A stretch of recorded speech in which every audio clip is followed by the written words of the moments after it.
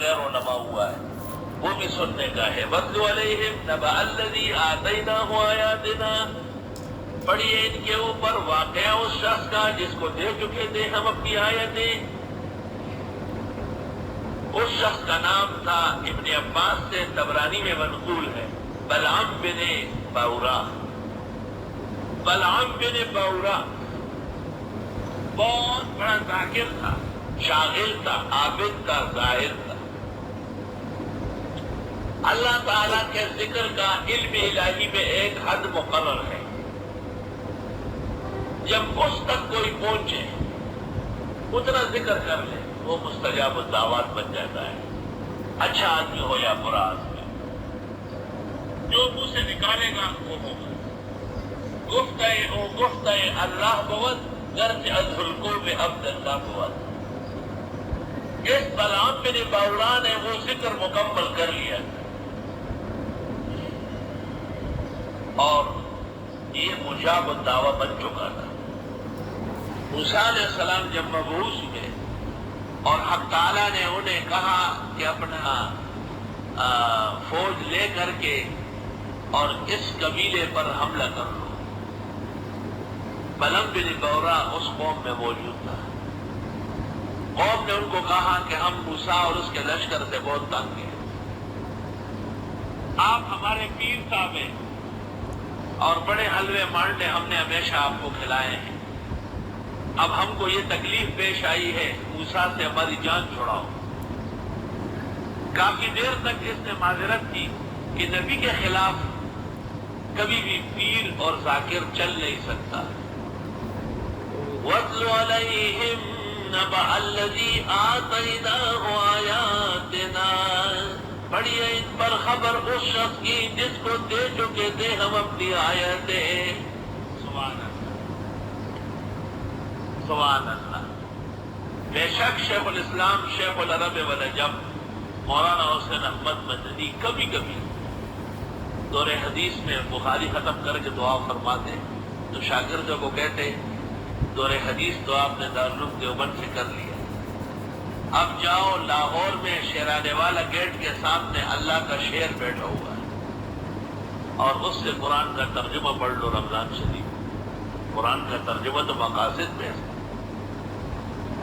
مجھے وہ محتمل معلوم ہے کہ طلباء نے ان سے کہا ہم تفسیر پڑھ لیں تبلیغ میں جائے گا. تبلیغ میں جاؤ، تبلیغ میں جاؤ تاکہ شہرت ہو جائے، لوگ ملے اور اس کو چندے دے. جب قرآن کے مقابلے میں تبلیغ کو ترجیح ہو تو قیامت کیوں نہیں آئے گی اور کیوں یہ گاجر اور مولیوں کی طرح کٹیں گے؟ اس سے زیادہ دین کی توہین اور کیا ہوگی. پڑھیے ان پر خبر اس شخص کی جس کو دے چکے تھے ہم اپنی آیتیں. فانسلخ منہا، وہ نکل گیا اس سے. فاتبعہ الشیطان، اس کے پیچھے شیطان لگ گیا. فکان من الغاوین، بس وہ ہو گیا نیچے کام کرنے والوں میں سے، گر گیا میعاد سے. وَلَوْ شِئْنَا، اور اگر ہم چاہتے لَرَفَعْنَاهُ بِهَا، ہم اٹھا لیتے اس کو ان آیات سے. وَلَكِنَّهُ أَخْلَدَ إِلَى الْأَرْضِ، لیکن وہ گر گیا زمین کی طرف. وَاتَّبَعَ هَوَاهُ، اور خواہشات کے پیچھے پڑا. تو جس کو خدا اتنا بڑا مقام دے کہ اس کی دعائیں قبول ہو اور وہ نبی کا مقابلہ کرے، فَمَثَلُهُ كَمَثَلِ الْكَلْبِ، مثال اس کی مانند کتے کی سی ہے. کتا بھی اپنے مالک کو نہیں بھونکتا اور یہ بھونک رہا ہے. إِن تَحْمِلْ عَلَيْهِ يَلْهَثْ، اگر آپ حملہ کرے اس پر تو بھی ہانپے گا. اور تترکہ، یا چھوڑ دے اس کو، یلحث، ہر حال میں سے زبان باہر نکالیے اور اس کو گرمی لگ رہی ہے اور یہ ہانپ رہا ہے اور بھونک رہا ہے.